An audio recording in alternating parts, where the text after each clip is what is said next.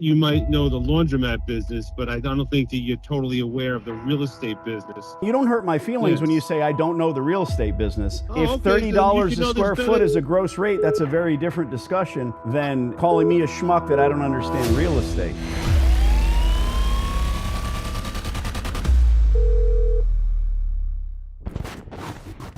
It's Danny, the laundromat guy. I'm looking at interested in talking lease terms. Okay. I would like to rent it Yep. from you long term, give you a rent check every month, and renew the store, put some new equipment in it. I'm an operator. My partners and I are looking to build out some more stores. Okay. So, yeah, I know. I think we spoke a couple of times before, Dan, but I think unfortunately the rent that you're looking to pay is not really,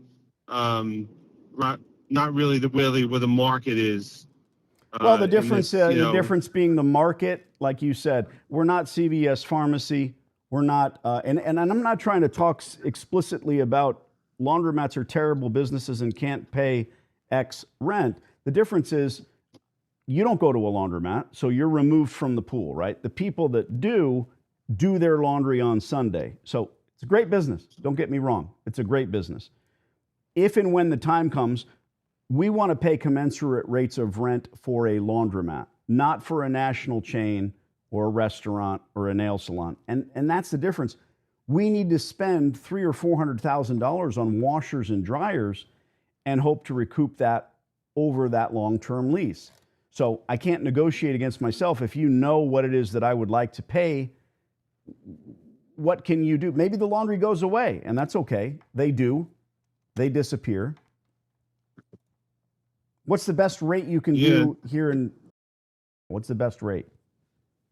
Yeah, you're going to be around $30 a square foot. Okay.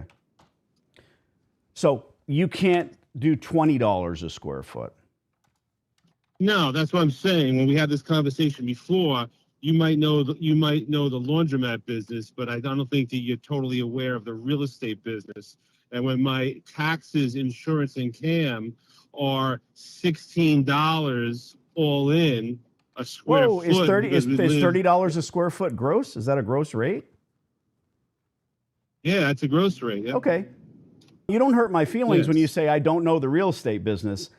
I own 7 strip malls. So if $30 a square foot is a gross rate, that's a very different discussion than calling me a schmuck that I don't understand real estate. I know laundries, it's a great cash flow business. But it's a very different discussion. I didn't say you did. I didn't think I called you a schmuck, Danny. I didn't say you did. Yeah. I said calling me a schmuck, meaning if someone were to do so. Oh. Yeah. No, so like you said, and I think that when you're at, I couldn't possibly do anything like that. Like I know where my numbers have to be. So, just like on your laundromat, you probably have a very slim margin between your... It's a $16 triple net. So realistically, we're talking apples and oranges, $30 all in. Okay, I was saying what we can pay versus, all right, so it's a different discussion. I am looking at this laundry, and it has very old equipment. Are we talking about a potential lease here? If I write you an LOI, could this happen? Are they on their way out?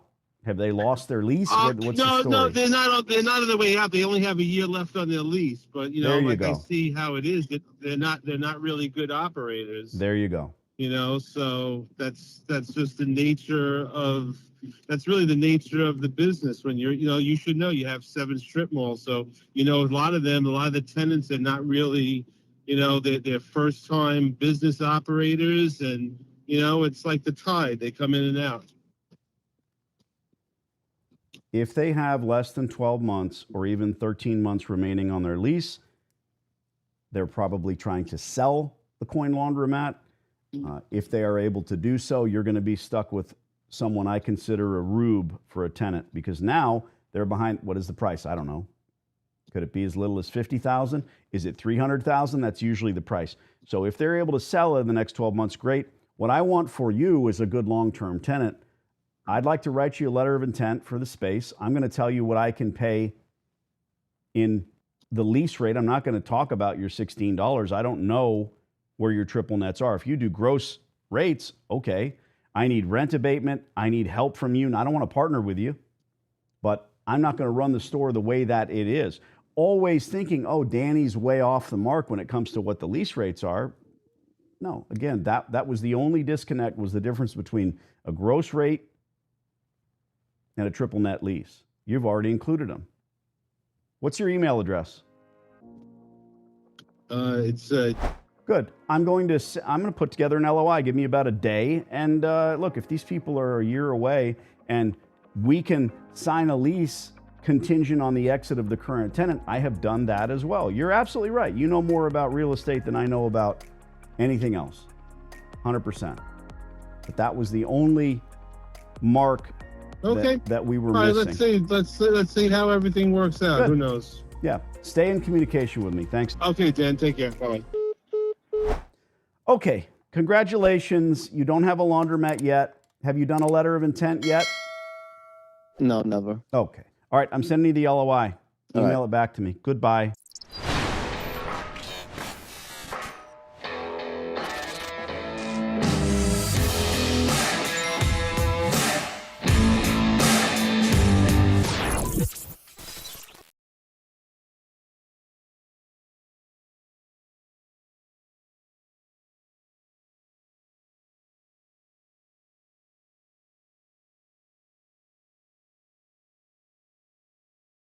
I'm pretty sure this hot water heater's got a few more good years left in it.